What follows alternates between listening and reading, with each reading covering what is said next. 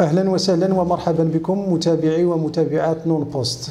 سعيد أن أتواجد معكم في هذه الحلقة الجديدة من برنامجكم الحوار الرياضي. حلقة هذا اليوم سأستضيف من خلالها السي محمد بوراس. السي محمد مرحبا. مرحبا. بداية بغينا نعرفوا شكون هو السي محمد بوراس. أولا شكرا على الاستضافة، شكرا للجريدة الإلكترونية نون بوست على الاستضافة. محمد بوراس من مواليد مدينة سيدي فني، رئيس الاتحاد الرياضي البعمراني لكرة اليد. مارست كرة اليد منذ سنة 2006. شاركنا مع الفريق في البطولة الوطنية في القسم الثالث في 2010.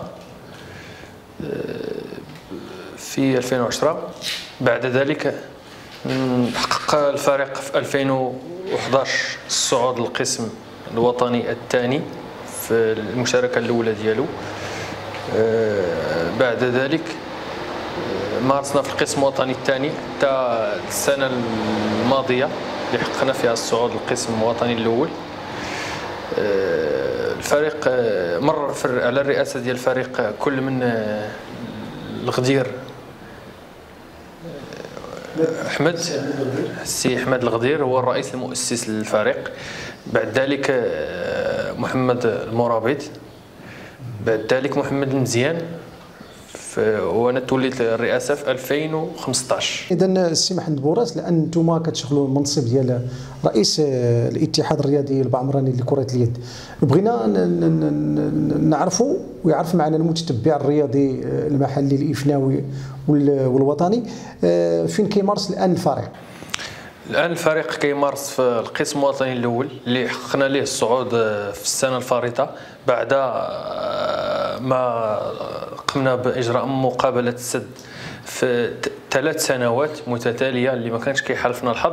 ثالث سنه اللي الفارطه وحققنا بها الصعود للقسم الوطني الاول، وكان شرف للمدينه وشرف للاقليم، والتمثيليه ديال الاقليم ولات على الصعيد الوطني اللي كما كتعرفوا راه الفريق الوحيد اللي كيمثل على الصعيد الوطني. السي محمد، الان نبغيو انك تهضر لنا شويه على الفريق، يعني الفئات العمريه اللي عندكم الفريق، واش هناك فئات عمريه، واش هناك فريق نسوي؟ فيما يخص الفئات حنا كنتوفروا على 5 ديال الفئات اللي جميع يعني من الصغار، البراعم، الفتيان، الشباب والكبار، وعندنا فريق نسوي اللي حتى هو كيشارك في البطوله الوطنيه القسم الثاني، اللي السنه اللي فاتت الفارطه شارك في البطوله الوطنيه وحقق الرتبه الثالثه، كانت اول مشاركه ليه وحقق الرتبه الثالثه. وبالنسبه للفئات الاخرى كيشاركوا في البطوله الوطنيه كبقى يكونوا في المراتب الثالثه الرابعه، يعني ما فناش شي حد في واحد الدوره اللي حققنا الرتبه الثانيه. سي محمد، احنا هنا في سيدي فني حتى شي حد ما كيختلف معنا على ان البنيات التحتيه الرياضيه شبه منعدمه، ان لم نقل انها منعدمه. الان في ظل غياب قاعه مغطاه انتم كتمارسوا في دار الطالب ديال سيدي فني، رغم انها ما كتوصلش للمواصفات ديال اجراء مباريات ديال كره اليد. اذا تحدث لنا على هذا المشكل اللي كتصادفوا في هذا، خاصه في الاستقبال ديال الفرق هنا في سيدي فني. بالنسبه لدار الطالب راه بمشقه الانفس باش الجامعه الملكيه المغربيه لكره اليد وافقت لنا باش اننا نستقبلوا في هذاك الملعب اللي هو غير صالح لاجراء مقابله كره اليد او اي مقابله، لانه فيه بزاف ديال الزلق وما فيه، والشروط المواصفات ما كتوفرش عليها، كتوفرش على الشروط باش اننا نقدروا نمارسوا فيه. ومع ذلك اننا كان جميع الفئات ديال الفريق كتريني تما، يعني واحد الملعب في المدينه راه ما. نمشي معك للجانب الاخر ديال المنح. شنو هي الجهات المانحه او شنو هي الجهات اللي كتمدكم بالمنح، واش كتشوفوا ان هذه المنح كافيه انكم تحققوا انجازات هذه السنه ان شاء الله؟ القضيه ديال المنح استاذنا ما كتوفي حتى الشروط باش اننا نلعبوا بهم غير 3 ديال الماتش، ما كتلعبش نظرا لان العام اللي فات لان كل عام اللي كنكونوا كنباراجيو راه كيكون عندنا عجز، راه 3 ديال السنوات ديال البراج و3 ديال السنوات ديال العجز، كل عام كيتزاد عجز على عجز واللي اضطرينا في هذا العام اننا نكونوا في عجز كبير. لان اللي كما كتعرف انا والسيد الامين المال راه واحد الرجل عندنا درناها حطيناها في الكوميساريه هذيك، راه محطوطه تما كنتسناو الرجل الاخرى نمشيو. هو نتمنوا ان شاء الله خير، ونتمنوا من هذا المنبر نوجهوا نداء لكل الغيورين على الرياضه باقليم سيدي فني وكره اليد بوجه الخصوص انهم يمدوا يد العون لهذا الفريق هذا الذي يستحق اكثر. وهذا النداء ايضا نوجهه الى المجالس المنتخبه سواء المحليه الجماعيه او الاقليميه، والسيد عامل الاقليم ايضا على انهم المنح راه شيء ضروري باش ان نقوموا بالنهوض بالرياضه بالاقليم. سي محمد نمشي معك الاهداف والطموح ديالكم لهذه السنه هذه، شنو في ظل غياب المنح اللي هضرتوا عليه، في ظل غياب ملعب بمواصفات جيده، شنو هي الاهداف ديالكم وشنو بغيتوا توصلوا لهذا العام هذا ان شاء الله؟ بغيت نزيد مازال واحد النقطه على القضيه ديال المنح، حيت هي النقطه ديال المنح والملعب وسميتو هما راه الا جينا نهضروا راه بقى نهضروا ما عادش نكملوا. غير القضيه دابا ديال المنح ما كانتش واحد التوزيع اللي هو عادل، يعني ماشي بحال المدن الاخرى. راه الفريق اللي كيلعب بحالو في القسم راه كيشد 20 مليون في اكادير، واكادير راه عامره فرق، راه فيها تقريبا شي 7 ديال الفرق كيلعبوا كلهم في القسم الوطني الاول و20 مليون. حنا هنا في فني ما كانش واحد التقسيم اللي هو عادل، يعني ما خديناش هذا الفريق فاش كيلعب اشنو هو اللي عنده، اشنو الطموحات، اشنو دار، يعني ما كانش واحد العدل. وحنا ما كنقولوش بان راه خطا، ولكن هذا العام طلعنا ما كانتش واحد الزياده في المنحه. نورمالمون ملي كتطلع واحد الفريق لواحد القسم على الاقل كيكون واحد التحفيز باش انه كيزيدك، باش انك تحيد عليك بزاف ديال الحوايج. مي حنا هكا وكنتسناو الوعود باش وعدونا المنتخب ان عطاونا شي وعود على اساس انهم يعطيونا يقدوا معنا المسائل في انتظار سميتو. بالنسبه للاهداف ديالنا، والاهداف ديالنا هذه السنه هي اننا نبقاو في هذا القسم، في القسم الوطني الاول، والسنه المقبله اننا نحققوا الصعود، يعني نحققوا اننا نطلعوا للبراج، وبامكاننا نطلعوا للبراج بالامكانيات اللي عندنا البشريه، يعني اللعابه والمكتبات، بالامكان ديالنا اننا نحققوا الصعود. العام الجاي نلعبوا في البراج باش نطلعوا للقسم الممتاز. مؤخرا انتشرت بعض الصور على مواقع التواصل الاجتماعي وواحد الفيديو كذلك بخصوص المقابله ديالكم الاخيره ضد فريق الوطيه، فتحدث لنا عن هذه الصور. هي الصور حقيقيه، يعني هذاك الواقع ديالنا اللي كنعيشوا فيه في كل سنه، يعني كيكون بحال هكذاك. كيفاش جات هذيك القضيه باش اننا نجيبوا المانطا ونبداو نقيو في التيران، لانه كان فيه الماء، واخا شتا قليله ولكن كان شد الماء بزاف. اللي مشينا شفنا الجيران ديال اللي حدا الملعب وجبنا واحد المانطا وبدينا كنجفوا بهذا المعنى. كيجف المكتب اللعابه كلشي، شي جاب السياق، شي يعني الصور راه كانت باينه. شكون اللي صور حنا ما عرفناش، ولكن ملي وصلنا التصاور حنا نشرناه، لان الواقع ديالنا اللي كنعيشوا فيه في ديما، يعني الحاجه كتحس في النفس ديالنا. ولكن حنا ديك الحاجه ماشي كتنقص منا، بالعكس ملي كنشوفوا حنا بحال هذوك الحوايج عاد كتعطينا الجهد باش اننا نزيدوا لقدام.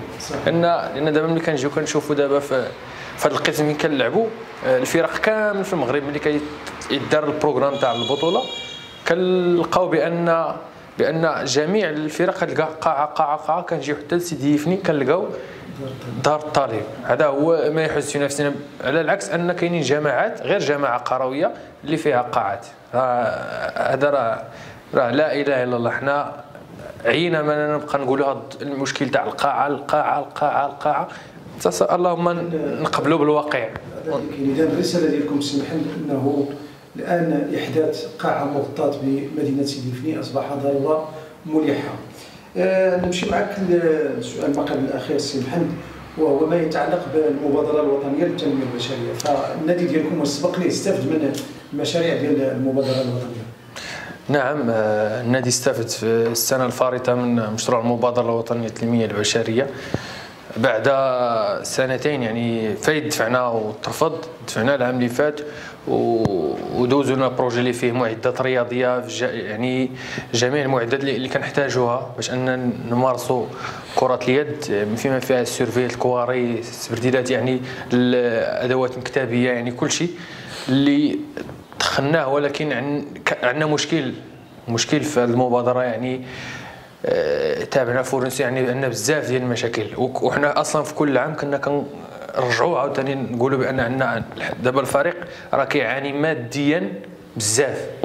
راه الفريق انه راه في واحد الفتره ماديه اللي هي تحت الصفر، لان حتى اللعابه ديال الفريق كنا ملي طلعوا القسم الوطني وعدناهم بواحد البريم اللي هو 1000 درهم لكل لاعب. كان عندنا 25 لاعب، حنا نجمعوا المنحه ديالنا ونجيو نخلصوا الكريديات اللي كيسالونا، نجيو ما تكفينا لا باش نلعبوا البطوله لا باش نخلصوا الدراري لا والو. دابا الدراري كلشي هم كيسالوا نص طاع، يعني قدرنا نعطيهم بعدا 500 درهم لواحد، كلشي اللعابه عطيناهم 500 درهم لواحد، ومازال كيسالوا ومازال كيضحيو مع الفرقه. وديما من وقتهم، من قرايتهم، من كلشي، الا جينا نعطيو واحد الفكره على اللعابه ديال الفرقه. الحمد لله ان اللعابه ملي كيوصلوا ذاك العمر ديال سميتو، ان تبارك الله اللعابه خدامين في الداخليه. عندنا اللعابه يعني ما عندناش دوك اللعابه اللي انه كيمشي كينحرف ليك، هذا هو لافونتاج عندنا حنا في الفرقه، يعني كلشي اللعابه كنكونوا بحال الخوت. لان السي محمد كلمه اخيره، كلمه مفتوحه. كاين بزاف ديال الناس اللي خصنا نهضروا ونجبدوهم في هذا اليوم، مادام انها جابتنا الفرصه باش اننا نهضروا عليهم. اولا بغينا نشكروا من هذا المنبر السيد الكاتب العام ديال العملات اقليم سيدي يفني، اللي كان ليه واحد الدور كبير باش اننا نمشيو المقابله تاع السد، وكان عطانا واحد الدافع اللي هو قوي باش اننا نمشيو نتقاتلوا على هذاك الماتش ونجيبوه.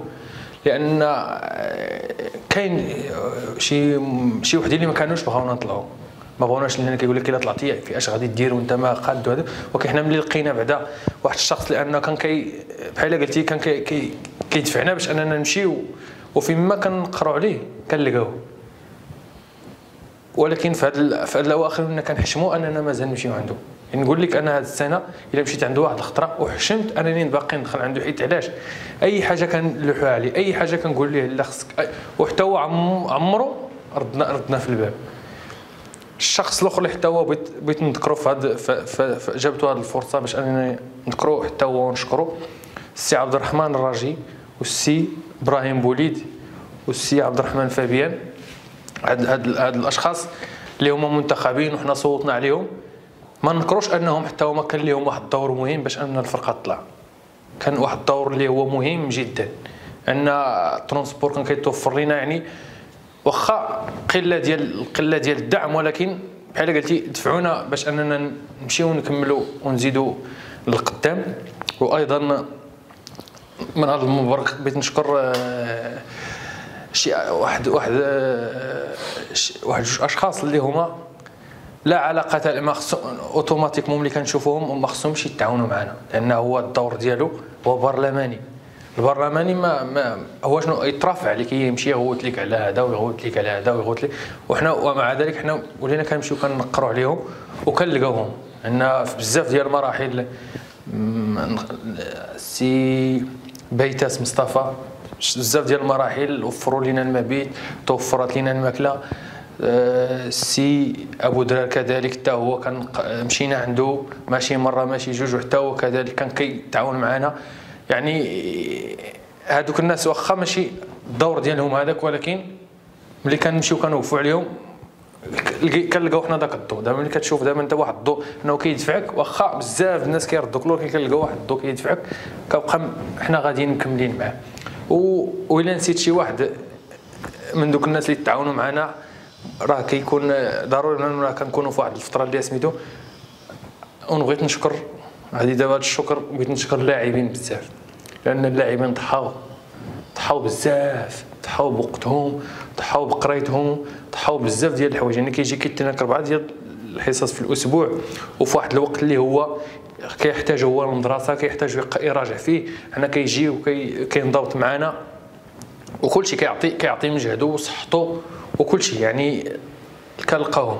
واخا هما عارفين ان الوضعيه ديال الفرقه راه مزريه هذه السنه وكيسالوا فلوسهم، ولكن قال لك حنا صابرين، حنا دابا صابرين لان اضطرينا اننا كمكتب اشنو بغينا نديرو. دابا بغينا نديرو نعطيهم شيك بعدا حتى الا حيدنا حنا من المكتب كل لاعب ياخذ شيك ديالو، حتى الا حيدنا حنا السنه المقبله من المكتب، لان ولينا كنعياو ان ملي كنمشيو الباب اللي نقرناه ما كنلقاو والو، الباب اللي نقرناه ما كنلقاو والو، ما كيعطيناش واحد لا فورس. على تذكر واحد الحاجه راه نسيتها ما ذكرتهاش، السيد رئيس المجلس البلدي كان وعدنا باننا نسنيو معاه اتفاقيه شراكه، لان في المنح ما تزاد لينا والو، وسميتو قالنا راه نشوفوا لان شاف عندنا البروغرام كيدايروا، وسميتو قالنا راه نسنيو معكم اتفاقيه الشراكه في شهر جوج. وقال لي انا راه من عندي راه غنديرها من غدا. قال لي دابا بقات الاعضاء، حنا من هذا المنبر كنطلبوا اعضاء ديال المجلس كلشي الاعضاء لا المعارضه ولا المسير انهم اللي تحت اتفاقيه الشراكه ديال المكتب ديال الفرقه انها تاخذ المصادقه بالاجماع. نتمنى ان هذه الاتفاقيه تكون واحد القيمه مضافه للفريق. الشكر موصول لكم السي محمد بوراس على تلبيه الدعوه. ما أنتم سيداتي سادتي متتبعي ومتتبعات نون بوست، أضرب لكم موعدا في حلقة جديدة من برنامج الحوار الرياضي ومع ضيف آخر. دمتم سالمين.